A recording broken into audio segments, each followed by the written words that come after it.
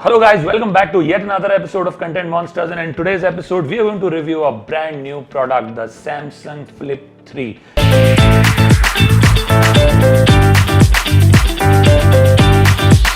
Easily one of the best clamshell phones in the foldable phones category. It is as small as your wallet. It can easily slip into your pocket like your wallet does. Samsung has been the pioneers as far as the foldable phone segment goes. They started this foldable phone segment war in the smartphone space, and very clearly they are ahead of the curve with both the Samsung Flip 3 and the Samsung Fold 3. The Samsung Flip 3 is particularly remarkable given how small this is. When you open the phone, it's like your regular size smartphone. The 6.7 AMOLED screen display is like any other normal smartphone would be. Even the crease in the center, like as it was in the case of the Samsung Fold 3, is much lesser, is not as prominent as it used to be earlier. It's fairly light, it's fairly compact, and like I said, it can just slide into your pocket like your wallet does. And at its price fairly competitively, I must say. An 8GB RAM and a 128GB storage model comes at around 84,999, which is almost on par with any standard top-of-the-line smartphone that is available in the market for any brand. The other model, which is a 256GB storage model, comes at around 88,999. So this is a fairly expensive phone, I must add. It's available in two colors, the Phantom Black and the Cream. As you can see, I have the Cream phone with me. The main dynamic AMOLED display comes with a 120Hz refresh rate, and the resolution of the screen is 2640 into 1080 pixels, and Samsung claims that it has a Gorilla Glass Victus protection. The display, I think, works perfectly for a phone of this price, and I think it's on par with any other regular smartphone in this premium segment. So I think the display is top notch. The interesting part is that it's also equipped with a 19-inch display even when you fold it on the outside, and it has a resolution of almost 260 by 512 pixels on the outer side next to the cameras, and as you can see, it shows the time and some other important notifications. The battery life for the phone, I would say, is fairly decent, if not the best. It has a 3300 mAh battery, which I think is fairly decent, and yes, it's not on par with the Samsung 21 Ultra 5G in terms of battery, but I won't complain about the battery as such. The camera quality is also fairly decent. It has a 12 megapixel sensor and a 10 megapixel front sensor.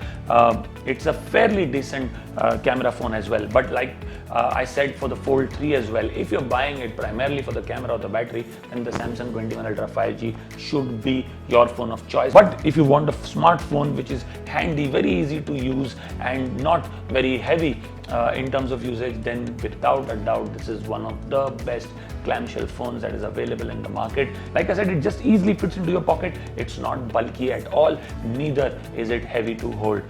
So in terms of ergonomics, this is clearly a very, very good phone to have. In terms of performance, I don't think there's much to worry about because it's powered by the Snapdragon 888, and there's nothing that this cannot do that any other smartphone can.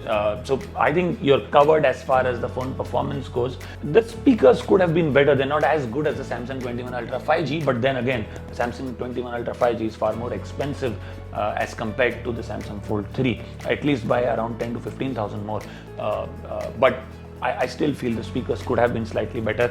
In terms of the video viewing, I didn't find any problem. I think watching videos and consuming content on this phone is on par with any other phone, and like I said earlier, the crease between the phone when you open the Fold is also not that prominent. All in all, I'd say clearly Samsung has the definitive edge as far as foldable phones go, and as these phones become more and more accessible to the public and large, as people get more comfortable with some of these foldable phones, and they will as we move forward, definitely Samsung is going to have an edge over any other mobile brand that exists in the market, because they have been the pioneers as far as foldable phones go, and they continue to come up with a better version of their foldable phones than the one that exists in the market. So to that extent, I must compliment Samsung in terms of being at the cutting edge of technology as far as foldable devices go.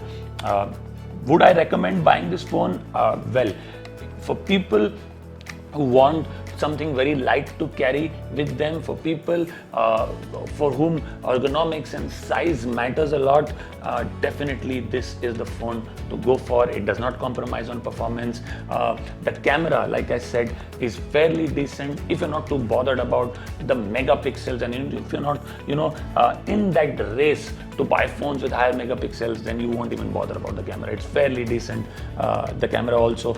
So all in all, I would give this phone a thumbs up without a doubt. One of the best flip phones that Samsung has introduced, and this is the third version of their flip phone.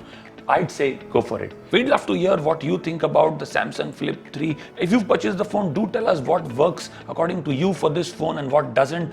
If you like our review, please do subscribe to our channel.